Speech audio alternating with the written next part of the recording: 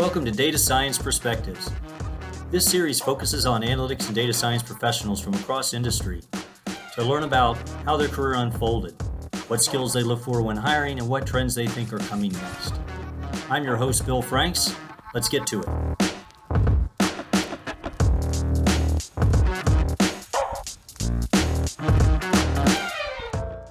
Welcome to this episode of Data Science Perspectives. I'm your host, Bill Franks. Today, we're going to be joined by John Carter. He's currently the Director of Analytics Strategy at the University of California, Davis. He and I have known each other for a number of years since he worked at Schwab in San Francisco. Ironically, he had spent 10 years in Atlanta prior to moving to San Francisco when he worked for Equifax, but we didn't bump into each other when he was there. He's had an impressive career at a number of large companies before landing in his current role. His career started with Donnelly Marketing, which was a big player in the analytics space at the time, and then moved on to Citibank. He spent several years with Acxiom before landing in Atlanta to work with Equifax, where he rose over a decade to the role of Chief Data Officer. From Equifax, he went out to San Francisco to take on the role of Senior Vice President of Enterprise Analytics for Charles Schwab, and in that role, he helped a variety of business groups make more effective use of their data and analytics as their analytical capability grew. Since moving to UC Davis, he now works on partnering with companies to bring real-world data and problems to students so that they can work on them as part of their capstone course and part of their curriculum. And he attempts to help prepare those students for their jobs as they graduate. He also volunteers as the Chief Data Officer for a nonprofit called Grace Science. He's got a bachelor's in math, a master's in statistics, and a PhD in statistics, all from the University of Connecticut. And with that, let's welcome John to the show. Well, hey, John, thanks so much for joining me today on the show. Well, glad to be here, Bill. Looking forward to it. So I always like to start out with where people began. And much like myself, you began with an academic background in statistics, but then you've ended up, obviously, in being an executive in the world of data and analytics. So what first got you into statistics, and then how did you make that move over into a career in data and analytics? Well, thanks, Bill. Well, when I was in college at the University of Connecticut many years ago, I was a math major, but I really didn't know what I wanted to be. And I was good at math, like a lot of people in our field are, but I really didn't love it. Then towards my junior year, I got exposed to statistics, and I really loved the fact that in statistics, you're actually solving real world problems. And so I just found that so interesting. In fact, I went into graduate school in statistics simply because I had this academic curiosity about just learning more and more about the field. As far as my early in my career, I started off as a college professor for a couple of years, but I got a little bit bored by that. I really wanted to use my skills to solve problems in the real world. So I got a job at a company called Donnelly Marketing in Stamford, Connecticut, where I was a statistician, and I did a lot of predictive modeling, geodemographic segmentation. It was a direct marketing firm, so we did a lot of direct marketing analysis, and I really loved the fact of being able to, equate what you're doing to actual business results. But I have to admit, back then, the analytic professionals weren't paid a lot of money, so not like today. And so I had a family, had a couple of kids. I needed to make more money, and I got offered a job in Citibank as a product manager. So I basically changed careers, and I went to become a product manager and running a business unit at Citibank, and I learned a tremendous amount about business. And then the next job after that, Donnelly Marketing called me back and said, "Hey, John, we've got a lot of problems in our product development area. Will you come back and help us fix it?" So I went back as the head of product development. I ran software development. I ran data development. Company was acquired by Strategic Mapping. I moved out to Silicon Valley, and I got very much involved in building products. But at one point in time, I just sat back and said, I'm really not a software guy, okay? And I'm not really kind of a marketing guy, but really I'm a data and analytics person. And at that point in time, I realized I wanted to get back to my true passion, which is, solving business problems using data and analytics. And so I then made the decision. I went back, I joined Acxiom, I led their analytics division. And then ever since there, my career has been solely focused in data and analytics. It took me a while to get there, but I also found that some of those other experience kind of gave me an appreciation of some of the other functional areas that now are so important to collaborate with as an analytic professional. Yeah, for people who haven't been around for a while, they may not be aware, but companies like, R.R. Donnelley, haven't heard of them in a while, but, back in the day, they would have been an A-list company. I mean, that was one of the companies that was really cutting edge in analytics. And so if you think about people young in their career today, a cool place to be would be one of these Silicon Valley companies who's well known for analytics. Back then, some of these big agencies like Donnelley and Acxiom and so forth, they were the cutting edge analytics of the day. And some of them, like Acxiom, obviously is still around. It's still a big powerhouse. But that's great because you effectively got in on the ground floor of a lot of this stuff. Yes. Way back when, I think I knew just about everybody in the analytics profession back then. Yeah. We were using tree diagrams and other types of things. And then we saw the explosion in financial services and other industries along the way. Well, you mentioned the financial services. Actually, that's one of the things I wanted to talk to you about. You've spent a good chunk of your career in financial services in one form or the other. And I'd just be curious about some of the similarities you've seen both across those various companies and across time, and maybe some of the things that have changed the most over the years.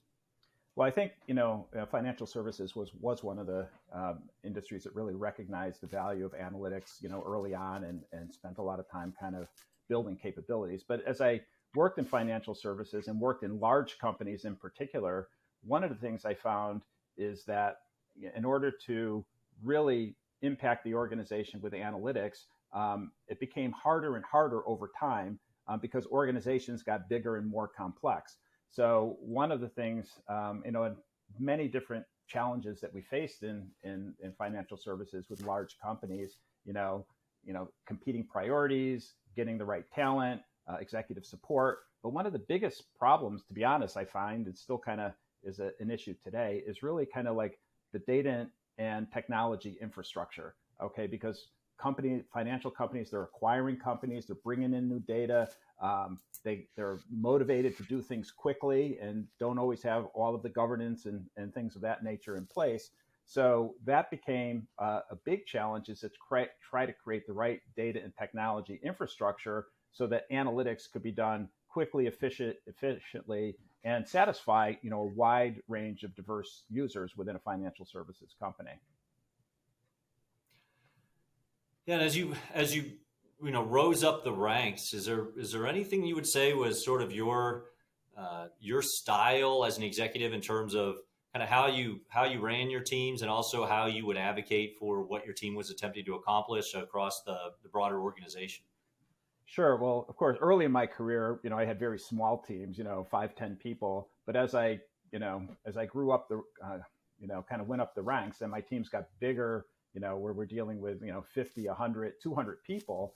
And it became impossible for me to kind of deal with, every single analytical project that we were doing. We were dealing with hundreds of projects, every single day. So the approach that I really took is really focus my time on really creating the right organizational alignment, the right prioritization processes, getting the right talent, and then actually empowering teams. Okay, so making sure that the teams were really empowered to deliver the analytics to meet the business needs in terms of the people who they were actually supporting. So really empowering the teams. At the same time, teams often needed help. So, what I would spend a lot of time doing is kind of working with business partners or touching base with business partners. Yes, the CEO and the chief operating officer, of course, and EVPs, but also kind of like, the vice president of marketing or the vice president of operations or the call center, and really kind of talking to them, one, to help, essentially grease the skids for the analytics team, uncover any issues in terms of collaboration between the teams, and also help, evangelize for the importance of analytics as it relates to their business. Because oftentimes, in these organizations, funding becomes kind of an important consideration. Everybody wants analytics, but not necessarily everyone wants to fund it. So kind of the education of executives in terms of what it means in order to kind of provide the analytics that these businesses are looking for. Yeah, and when you did that effort to get people to both understand the value and then buy into that value, were there one or two levers you tended to use the most to get them to say, okay, I'm going to do this with you, John, and we'll trust you to get it done? Or did you literally just kind of have to customize the approach for every executive that you had to influence? Well, of course, different executives have different styles and different ways that you need to kind of work with them. I'll talk about that in a second. But I think ultimately it came down to business value, but really understanding kind of executives' priorities, not only their long-term priorities, but what do they have to accomplish, in the next year. An executive might be in marketing, might be interested in kind of growing, new customers, or somebody in the call center might say, I've got to create more efficiency in my organization, or the digital team might be saying, hey, I've got to translate these processes that are offline processes into online processes. So all of these executives have business priorities. So getting the analytics kind of aligned to the business priorities and basically showing them how the analytics could help them achieve their objectives, I think is important. When you start to talk about my objectives as the analytic person, it's less impactful as if you're talking about their objectives. I'm here to help you achieve your objectives. Let me help you along the way. So that was, I think, dealing with business executives in that way and trying to put things into their language and getting support relative to their priorities, I think is really kind of an important point that you made. Did you ask me about technology on other stakeholders? Like, technology is really just more focused on the business executives. Well, if you had something unique you would use for technology, aside from what you just laid out, yeah, that'd be great to hear that as well. Yeah, so on technology, and sometimes the analysts, analytical professionals in technology, sometimes there's a little bit of friction between those two groups. And so yet, as we kind of mature in the analytic profession, we realize that our technology partners are equally as important as our business partners. We have to make sure that our analytics can be effectively deployed within the technology infrastructure of the company. So just a couple of things. One is trying to create common objectives between the technology organization and the analytics organization. I think also bringing the technology people into our team, so that they become part of a virtual team, inviting them to our business partner meetings, when we have a win in terms of a major milestone, having them part of the celebration. So really, I find with the technology teams is really kind of creating that partnership is so vitally important. So it's more collaborative, and it doesn't become kind of a confrontational type of situation. I think you said one thing that I'd like to reinforce, because it's so important, which was focusing on the priorities of those executives you're dealing with, because it's not implying anyone has malice or is a bad person, but at the end of the day, they just don't care about your priorities to the extent they care about their own priorities. And even the nicest person is going to be, wanting to make sure they keep their job, and they're going to want to make sure when they have a clear path to hit their priorities, if they could then help you also hit yours, that's gravy. Mm-hmm. But unless you get them clearly hitting theirs, you're kind of pushing the ball uphill all along. So I think that's a great tip, and one that I think often takes people a lot of years to actually come to not just understand that logically, but truly believe it and experience the reality of it. And I know it took me a lot of years before I really fully, understood that and took that to heart. Well, let me give you a quick example. It's at one time, we had this data science lab, and we kind of were innovating and trying to come up with new ways to support the business. And the team came up with a new way of doing attrition modeling. And because, attrition is a problem with many businesses, and they created this really cool algorithm. But in order to implement the algorithm, we needed to kind of get business prioritization, funding. And so presenting this to the business, it was sort of like, yeah, well, that's all well and good, but that's not our priority right now. Our priority is on acquiring new clients. So, that's good, but why don't you help us do that? So I think getting that alignment, you can spend a lot of time working on some really cool stuff, but if it isn't aligned, chances are you're not going to be able to get it deployed, at least in the time frame that you may want. Yeah, winning the wrong game is better than losing, but it's not the same as actually winning the right game. Yeah, exactly. So you mentioned you started with a few years in academia, and then you've recently, like myself, you've gone to university. You're at UC Davis now. back in academia after your years in the corporate world. So, tell us a little bit about what brought you back to academia, and then what are you doing exactly at UC Davis? Sure. Yeah. So I think at this point in my career, having been 35 years plus in the corporate world, I've got to the point in my life where now I pretty much want to be in a situation where I'm more giving back to the community, and teaching has always been a passion of mine. And in this particular situation now, what I'm trying to do and what I'm passionate about is not going back and teaching, statistics or machine learning or programming per se, but what I'm focused on more is how do we get, people in an analytic profession quicker up the learning curve in the things that are really important to be successful in business. So I teach classes at University of California at Davis, but I also kind of manage what we call the practicum, or the capstone program. So what we do is we get companies to sponsor projects. These projects then are assigned to students. Students work on these projects for about 8 months. And I kind of think of them as just kind of one of my teams as when I was the analytics leader. So it's basically empowering them to go off and work with their clients and solve problems, but at the same time, giving them advice and making sure that they're aligned against the things that are most important. I think that the ability, it took me many years to really kind of learn, what it takes to be successful in business. And I'm hoping that with the students, I can kind of help them get to that place a lot faster than I did. It's funny that the role that you just described, it's very similar to my role here at KSU. And I know, and I'm sure you do as well, various other folks from the industry who are in similar roles at universities. So I think it's become almost a standard thing these days that universities are attempting to overlay some practical experience and some real world data and company projects along with the more traditional coursework, which I think is a great thing. Now that you've been in academia again, are there one or two things, not necessarily UC Davis, specifically, but academia as a whole, that you think we still need to work on as an industry to make the students ready to hit the ground running? Yeah. So a couple things on that, Bill. First of all, with universities, first, I do think they play a vital role in providing the fundamental knowledge around data, statistics, algorithm development.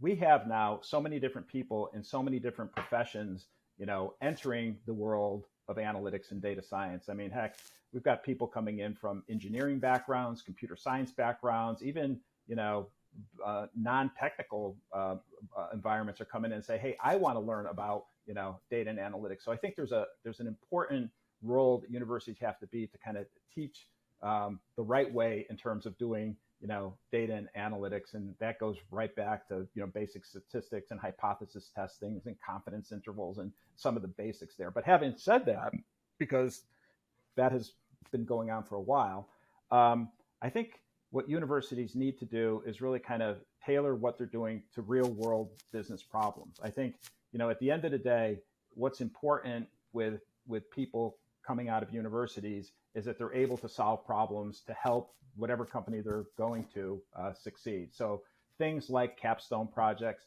things like practicum projects, work study types of projects, integrating business professionals into the academic curriculum really makes a lot of sense. I mean, I think that integration of the industry and companies and the academic area is really, really important. I would also kind of say one thing too, as a hiring manager at Schwab and Equifax and some of the other places that I looked at, getting talent is so important, right? Getting the right talent with the right, skill sets, the right culture, the right ability to, deliver value is a hard thing to do. And when I've inherited analytical teams, I've had staff that really all they wanted to do is program, or all they wanted to, they just wanted to build dashboards, okay, but didn't really even want to deal with business problems. And those people, while valuable in one way, had limitations in terms of how much value they could give to the industry. I found, to be honest, some of the students that come out of programs like Kennesaw State, UC Davis, and others, if they come out and they've had this, not only the academic experience, but some of the other experiences relative to capstones and whatnot, they come out with a much better attitude and they're quick learners. And I've actually found some of the people that I've hired out of these MSBA programs quickly within a year or so, they're surpassing some of the people that I have, with 5-10 years experience. So I do think the more you can get, industry incorporated into the universities, the better students will come out and the more successful companies will be, because they'll be able to hire, better candidates for their jobs. Yeah, it's funny when you mentioned about the coming out with that experience. I actually have discussed here at KSU. I know I'm not going to win this battle anytime in the next decade, okay. But I've actually come to the conclusion that for data science, and this might be true for other hands-on disciplines like engineering and computer science as well, I almost feel like we need to shift to more of the ancient model of apprenticeship being part of it, right? You didn't become a blacksmith by taking courses on how to hammer metal. You'd go sit with a guy in a shop and hammer metal for a year or two or three or however long it took. And so I'd be in favor of some kind of thing where, as part of your degree, literally you have to go work for a year or two with a company, and they'd have special roles that were this apprenticeship thing, which is kind of maybe a junior role that they know they're there to learn, as opposed to be a part of the staff, but it's an investment in developing the next generation. Because in effect, what ends up happening, everyone who hires these new grads, whether they're an undergrad or a graduate degree, for the most part, you're stuck training them on all of the day-to-day practical stuff on their first job anyway. So in my mind, if we just formalize that and we all kind of accept it and get it out of the way, then when we really hired a graduate, maybe they'd be ready to actually be productive on, the first couple of weeks. Mm-hmm. I love it. I support you, and I'm sure it's going to take you less than a decade to make that happen. So, you've talked about a lot of different things so far. If you think back as your career progressed, what's one or two of your traits that you think most helped you succeed and stand out against the peers that you had at the time, as you would get a promotion or get an increase in responsibility? Well, I think some of the things I kind of mentioned a little bit before, but making sure that you establish good partnerships with business executives, so that you're not an isolated analytical team, but you're rather kind of part of the fabric of the company and being able to show value. I think my personal skills, I think communication is probably one of the things I think that I have some of the ability to kind of take this complex technology and kind of boil it down to, like, what will this actually do for a business, or if somebody needs an explanation, to just give them a very simple, easy to understand explanation. So many times you be in meetings and you see people kind of presenting analytics and people's eyes start to, gloss over and they get lost in the detail, and being able to kind of elevate the conversation to something where you can actually communicate in business terms, I think is something very, very important, and really helps people be successful, and including myself. I think just the other thing is just having passion, vision, energy. I mean, you want to be going into an organization and getting people to be, champions of what it is that you do. So having that energy and passion, I think, is also important for you. Whatever role somebody takes, just be passionate about it, have energy about it. That will help you succeed. That's a really good point. I think if anybody thinks about any meeting they've been in, any class, a speech by a politician, anything like that, when somebody's actually energized about it and into their own topic, mm-hmm. It is infectious, right? And when someone's up there, obviously just, I got to talk about this today. Yeah, right. It's hard to get that attention. And I think that, that's critical. So that really ties to another thought then, which is, students coming out today, as you point out, back when we came out of school, there weren't that many opportunities in the analytics world. And there were, there were a number of companies that were hiring, but it was really easy to identify. If you wanted to go into business, here's kind of your options. Mm-hmm. Whereas today, I mean, virtually every industry is hiring, even within industries. I mean, if you can go in a financial institution, you could work in the risk area, you could work in the security area, you could work on the consumer area. I mean, there's so many different types of analytics. So what advice would you give to students as they're starting their career? How do they find their niche in what is now an overwhelmingly complicated landscape with dozens or hundreds of options instead of a handful?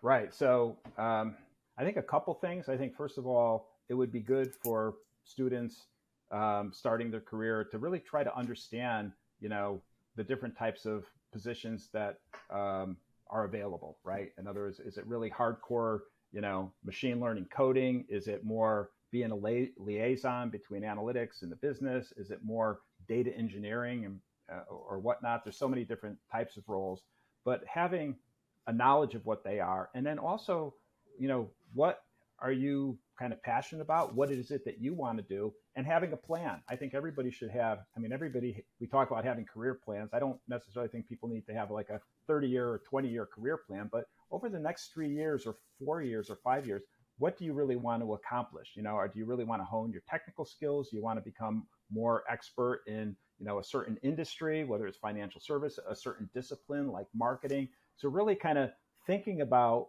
what you would be happy doing and having a plan to do that, and then focus your job search on those areas that will kind of meet those, let's say 3-year goals, as well as kind of make you happy. And one of the things I learned is that, you have to be happy in terms of what it is that you're doing. You want to go in every day and be excited about work. So if you pick something that you're not excited about, those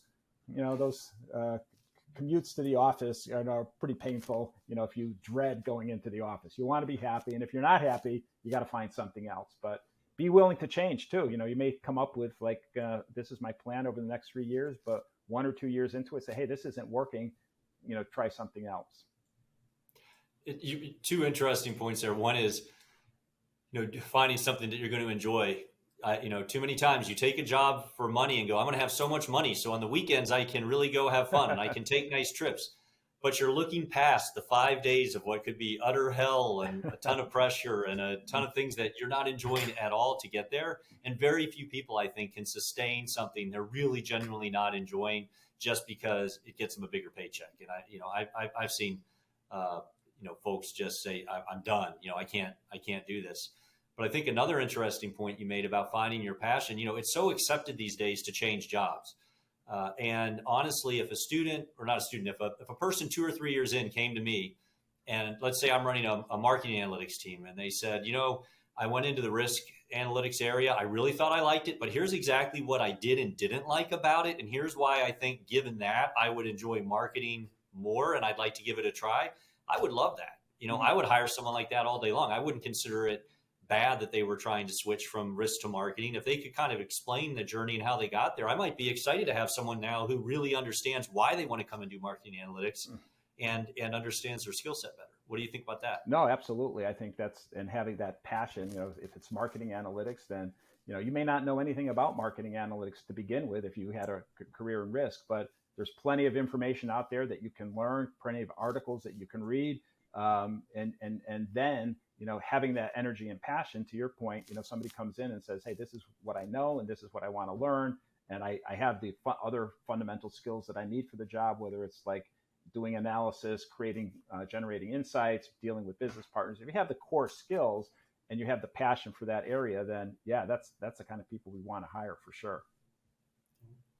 I'll put you on the spot. Quick 30-second answer, because we're running out of time here. If you had to make one prediction of something that's going to be big in the next 3 to 5 years in the world of data science analytics as we move forward, is there anything that jumps out in your mind?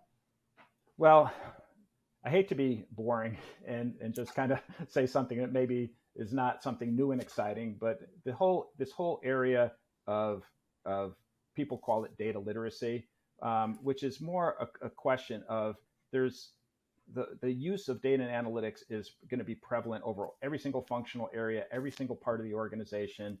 It's impossible for a data analytics organization to do all the analytical work for everybody. So what really has to happen is to be able to empower people outside of analytics to do analytics, but that requires training, it requires education, it requires a certain level of governance, because people get access to data that don't know how to use it. They can make a lot of mistakes. I think an executive that I work with, a couple of companies ago used to say, a fool with a tool is still a fool. So, you can give people access to data, but if they don't know how to use it, they're going to make a lot of mistakes. And that's what we really want to avoid. So in order to hit that, we need to have, technology to make the data available, but we also have to have education, support, and tools to enable people to do things, the right way.